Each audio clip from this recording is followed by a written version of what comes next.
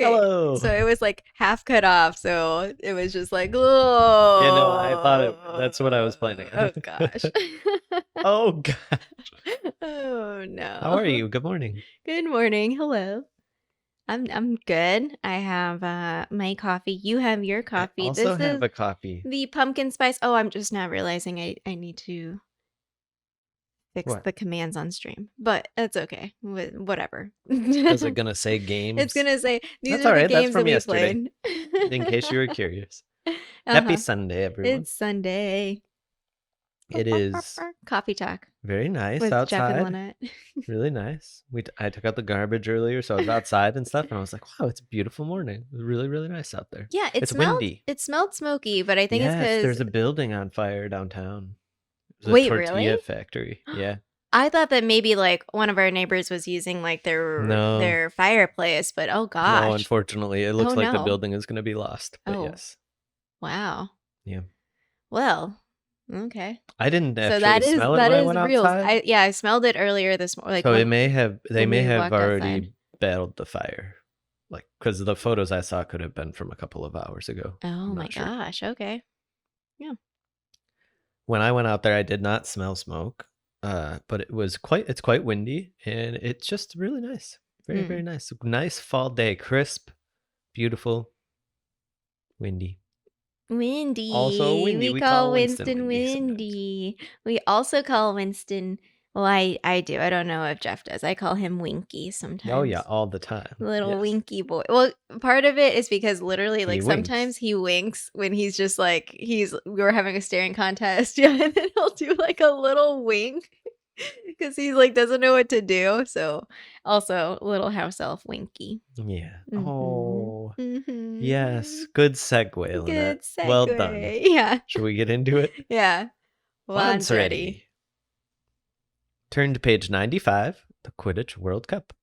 Today's lesson is called As Good as It Gets. The chapter begins with Harry, Hermione, and the Weasleys arriving at the stadium and taking the stairs up to their seats in the top box. They take in the sights and sounds and meet the people nearby them, including Winky, Mr. Crouch's house elf, who is saving him a seat. They meet Fudge, the Minister for Magic, and see the Malfoys, who unsurprisingly act horribly to them. The Bulgarians and the Irish mascots, Veela and Leprechauns, perform for the crowd before the teams are introduced.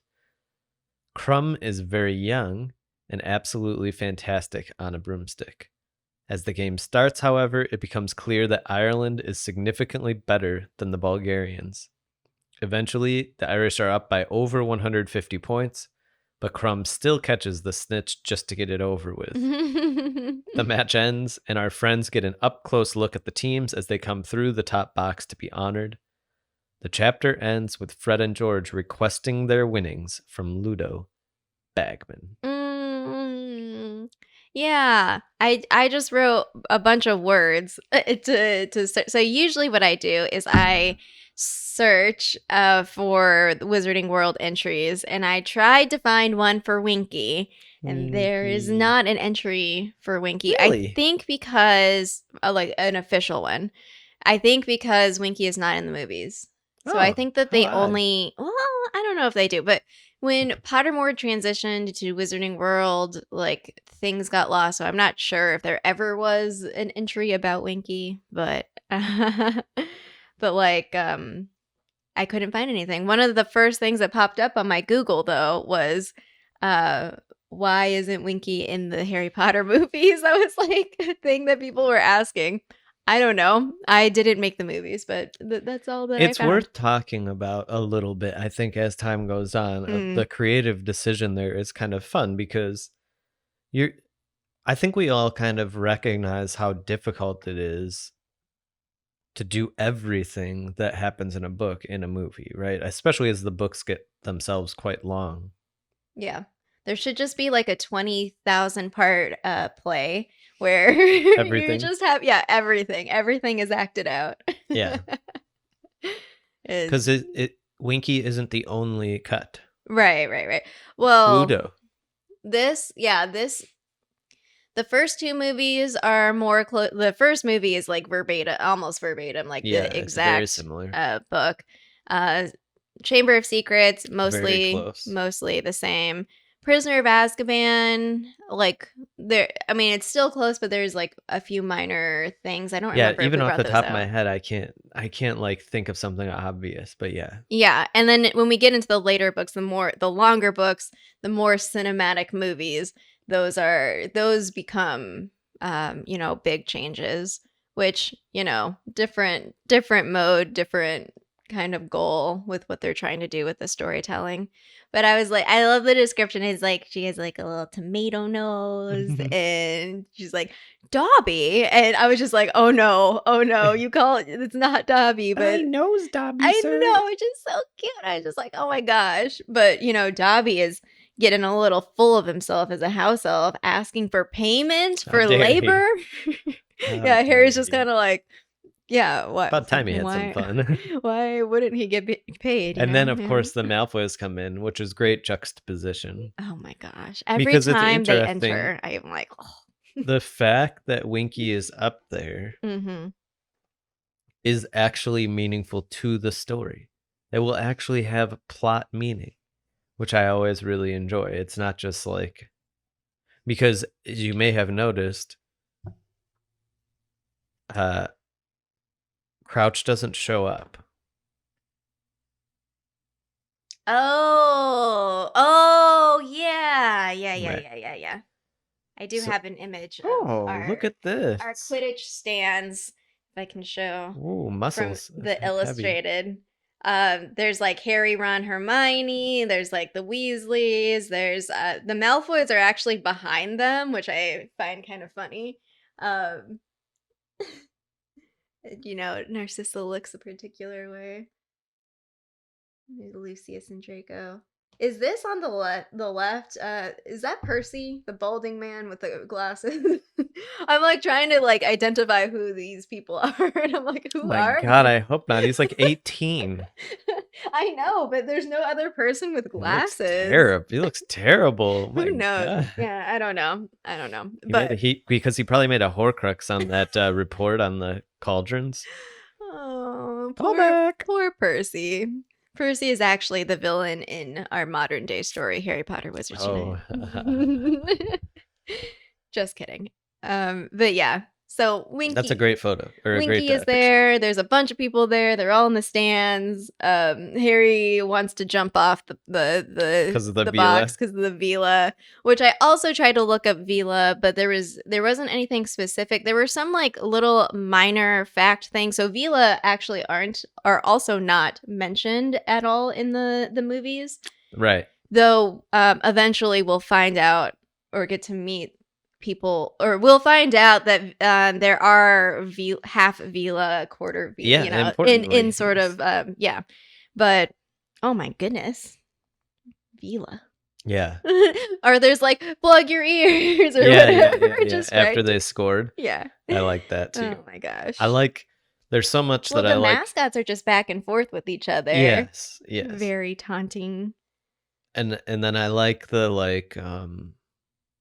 small scene with the omnioculars. Oh yeah. Harry was watching them and not in real time or in slower than real time, and then like Hermione's like, Harry, you can like omnioculars would be so wild. Like so wild. You would just have that and be like, and everything's labeled. I love how the first thing Ron says is like, I can make this guy pick his nose forever. And it's like, Ron, of course. Fantastic. Just a child. Yeah. And then he reimburses Harry with the gold. Oh my god. So I was wondering, I was like, wait, is this legitimately, like, is it real gold that they're just tossing around? Where are you getting this money from? This is actually also going to be a plot point in the book. Oh. Yeah. See, all these things I also don't know. I don't really know the significance of Winky. What's useful is to know that leprechaun gold isn't real and it will disappear. Yeah, okay, so that's what I thought. I was like, I don't think that this is what you think it is, Ron. Because not only does Ron pay Harry, somebody else gets paid in leprechaun gold. Which is a big plot point that doesn't ever show up in the movies at all, because Ludo isn't in it, and the whole story of funding Weasley's Wizarding Wheezes isn't really a thing until Harry's just like, here, have this. Harry once again. Yeah. Paying for But things. it's a longer story because in the book we'll find out that like Harry actually knows about this and they like finds out about it. And it's a whole year-long arc because Bagman is in Hogwarts. So there's like interactions between him and the Weasley twins. The 422nd Quidditch World Cup, sponsored by Yes. Birdie Bots. Can we talk about yes. Bean Boozle. Yep. No, it's just like a little detail there. And it's like every handful. Yeah. It is. Found in Paris, London, Hogsmeade. Yeah. This is a very evocative chapter. Like we've been even together quite a bit to large sporting events. Mm-hmm. So it's very familiar. There's a familiarity to it all. Yeah. Like, okay, like there's a giant screen. It's very familiar. The noise, you can kind of, for me, like reading the chapter, I can kind of get this sense of like, it's just a roar of noise. There always is noise. Mm-hmm. I liked the detail that the leprechaun, so going back to the mascots, leprechaun made a giant hand. Yeah. The quote is, which was making a very rude sign indeed across the pitch towards also the he. Yeah. At some point they spell out he. Yeah. There's just a lot going on. They're trolls. Then the Veela are like, okay, we're gonna murder you. Like, let's throw fire. And then Harry's looking at them in the omnioculars being like, oh. And the ref tries to expel the Veela, the Bulgarian mascots. Yeah, there's a lot going on. Also, Krum does like a fake out just to slam the Irish guy into the ground. Yeah, okay, so let's back up. So Krum, as an 18-year-old, is still in school. I'm not even sure that he's 18. It said that he was 18, and that Harry was like, he couldn't believe that he was 18. Because the age of majority, or maturity, is later. So their schooling ages are different. I see. Because I was looking at this and I was like, because first of all, them being like blown away that of like the match itself is parallel to like when you watch professional athletes, it's just like, how do you do that? Speed. It's just like they just go and it's like boop boop boop. Okay, that's it's just another level. So to be on a national team at 18, like you better be like super super good. And so it was okay, because he also has like merch. Like Ron bought a little figurine of Victor Krum, which I also, every time there's the Victor Krum, Ron being obsessed with Victor, it makes me laugh because he's just like, oh. Or because Connie's like, who's this guy? Well, yeah, and Ron pretends like he doesn't know who he is, and I'm like, dude. Yeah, okay, we get it, Krum and Hermione, but whatever. Like, get over it. You're married to her. Yeah, it's really funny because there is sports idolization is crazy. Yeah. It happens so much in real life. And then like the idea that Ron is about to meet this kid, young adult, and like spend time with him and then be jealous of him is just magnificent. Yeah. We'll see how I do with like the drama. That's why I in the middle of the book, to an extent, I don't like it. That's why I settled on the chapter title or like the lesson title, because I was just thinking about how like all these shoes that are yet to fall haven't fallen. Like Ron still loves Krum and Winky in that situation, the Ludo Bagman and the Weasley twins situation. Obviously, Cedric's still literally alive. The next, yes, Ripsky Doodle. The next chapter, I believe, is like we immediately get this sense. The next of, chapter like, is literally called The Dark Mark. So yeah. This is as good as it gets for Harry Potter. Just like end your like journey here and be like, all right, bye. No, things are gonna escalate. It's gonna be it's gonna accelerate. We already know, like we know something bad's gonna happen from the very first chapter of that whole thing. Peter Pettigrew got away. I don't know. It's just how it has to go. Poor Harry. It is. Poor Harry. It is. And like Fudge, that shoe hasn't fallen. I don't know. There's a lot. Mm-hmm. So the twins won. I went back specifically. What was the bet that they made? They bet 37 galleons, 15 sickles, and 3 canuts. Oh, and a trick wand on the side. For 5 galleons, yeah. For they 5 galleons? I think that's what Ludo valued it at. He was like, oh, and another 5 galleons. For the trick wand. I was like, okay. Yeah. He really enjoyed the trick wand. He did. He was very amused by it. Percy was just I don't think he thought he was going to lose because it's a very specific bet. It is very specific because what you're saying is that the Irish are going to win, but even though he knows they're going to lose. Yes, that's exactly what happened. It is exactly what happened. Yeah. Yes, well, I mean, from the very start of the match, it was just like bam, bam, bam. It was like 30-0, and it's like, oh, good. Yeah. They only scored 1 goal. This is good. Yeah, it was like whatever, 100 and something to 10. It was 170 to 10.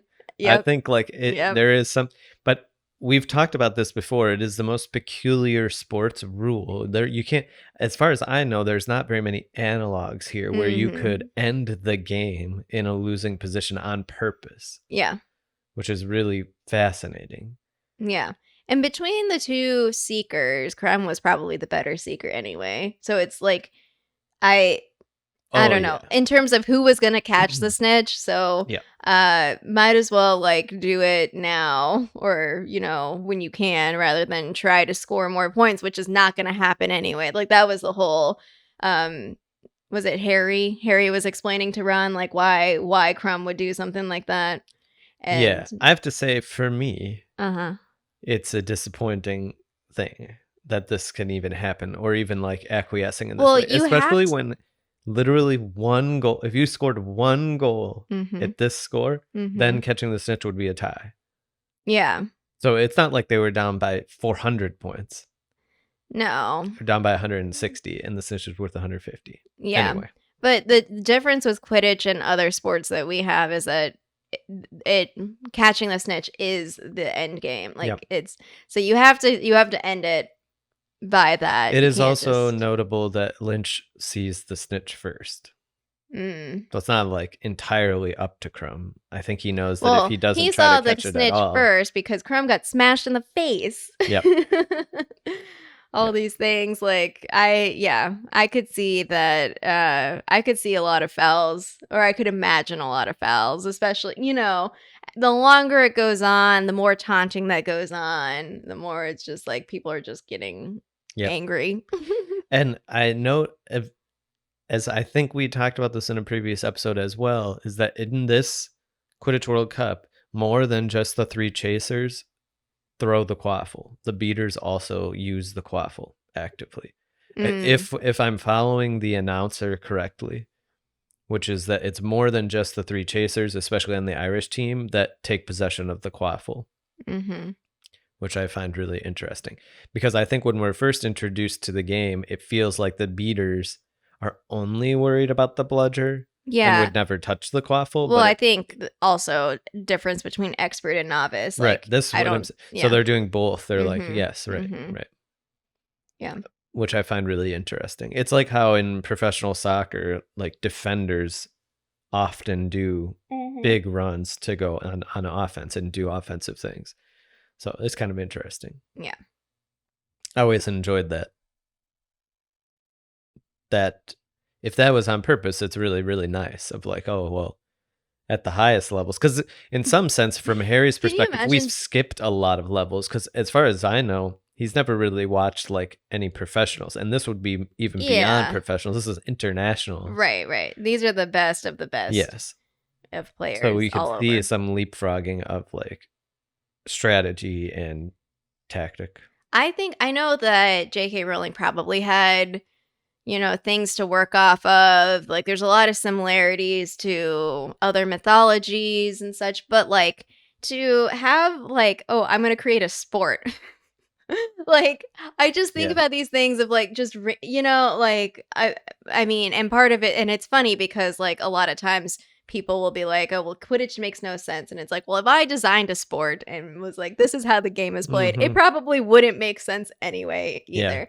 The nice thing is that you have this like quirky wizarding world. So it doesn't matter that it's like, why is this the way that it is? But, you know, read Quidditch Through the Ages. There's a whole like backstory and history of like, what used to serve as the snitch and like all these like little stories, right? Like coming up with stories of like what happened, like all it's a lot of world filling out. It is. So it's kind of cool. Yeah, I always enjoy it. And I think like maybe she is tired of writing Quidditch scenes, but they also serve like a pretty nice purpose. That they're about a change of a pace, especially in the other books. Because I'm trying to think like... Yeah, so we usually start the school year and then I think there's a Quidditch scene in every book except 7. Yeah. I mean, part of that is also because Harry is so intimately connected to Quidditch. Like, that's the only thing he sees himself good at. Yep. And so, yeah, there's always like a thing with Quidditch. So, we haven't even got into Hogwarts yet.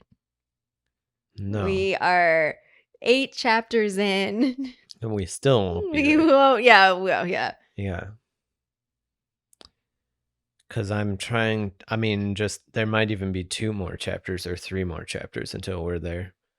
But I think it's worth it, right? I mean, we can feel the zooming out a bit of repositioning Harry within the wizarding world and saying like there are all these other important people that Harry never ever interacts with because we basically only see him at school. Yeah, we only got a very like brief intro to the Ministry last book when he met what's his face? Fudge. I know it's a 1-syllable word. What is his name? But now like we're getting more into the Ministry. Yep. Now, especially that Percy works at the Ministry and we get to hear his like whatever nonsense, very self-important nonsense stuff. I kind of feel bad for Percy. Well, especially if, yes, he's lost all of his hair at 18. He lost all of his hair. He also was like bowing down so aggressively that his glasses fell and shattered. Like, dude, you don't need to do that. No, it's okay. He's very low self-esteem. Yeah. In some ways. Yeah. It is, there's just, yeah, it's just, it's a lot of fun. And I feel like it's really nice to see everybody having a good time. As good as it gets. until. And then like, it's just crashes down. Yeah. What do you have anything else? I know that's all that I have. It was, it was a very descriptive chapter. Yeah, so I'm it was a longer chapter than previous ones, but yeah, not really much. There's not like commentary. It's like we watched a sporting event together. That was fun. Yes. Yeah. Okay. Until next time. Oh, whoa. Until next time. One's ready.